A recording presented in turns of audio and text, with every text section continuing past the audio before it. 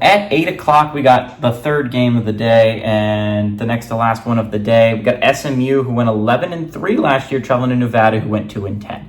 SMU favored by 25 points on CBS Sports Network. Preston Stone went 206 to 344, thrown for 3,197 yards, 28 touchdowns to a 6 interception ratio. Jalen Knighton had 136 carries for 745 yards and 7 touchdowns last year, and Jake Bailey had 42 catches for 528 yards. Brendan Lewis for Nevada went 131 to 236, thrown for 1,313 yards, 2 touchdowns, 6 interceptions. Sean Dollars had 151 carries for 527 yards and 6 touchdowns, and DeLavion Campbell had 31 catches for 594 yards and 2 touchdowns. As you can see, those aren't great stats, right?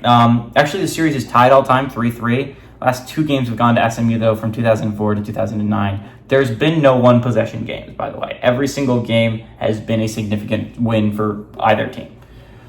I think what's going to be really interesting to look at here, right, is SMU. The point of watching this game is not to see if SMU beats Nevada. I can almost guarantee they will. SMU is a really good football team.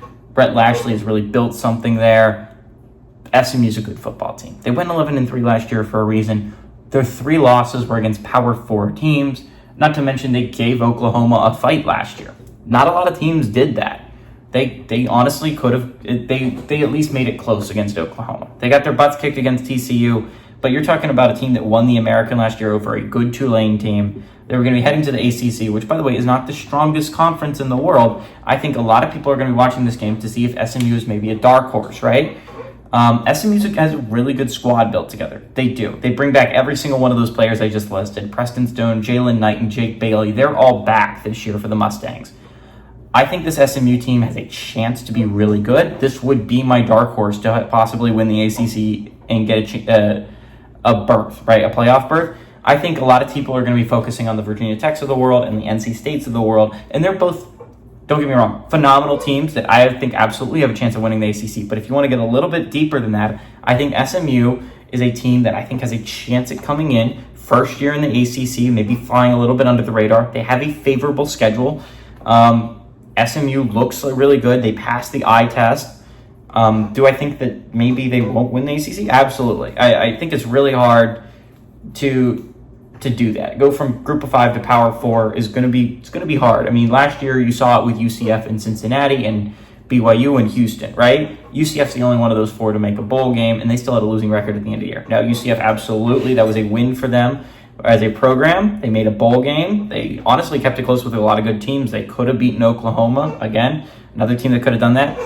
But it's hard to do that. I absolutely think SMU is a really good team, though, and they go into a weaker conference than the Big 12 was last year. The Big 12 had some really good teams in it, like Texas and Oklahoma. ACC is going to have 2, probably in Clemson and Florida State. I understand, but I think that the bottom of the conference is much worse. You're looking at teams like, I think Syracuse could be really bad. Wake Forest could be really bad. Boston College could be really bad. Pitt could be really bad. I think you're looking at it bottom of the conference-wise. I think it's a lot worse than a bottom of the conference last year for the Big 12. And in my opinion, that's the reason why I think SMU has a possible chance of being a dark horse. I think they're absolutely going to kick Nevada's butt. Nevada's a team that is absolutely fallen apart over the past couple years. This is not a good program right now. They're not in a good place. SMU is in a good place. Give me the Mustangs to go on the road and not only beat Nevada, but kick their butt and cover the 25-point spread.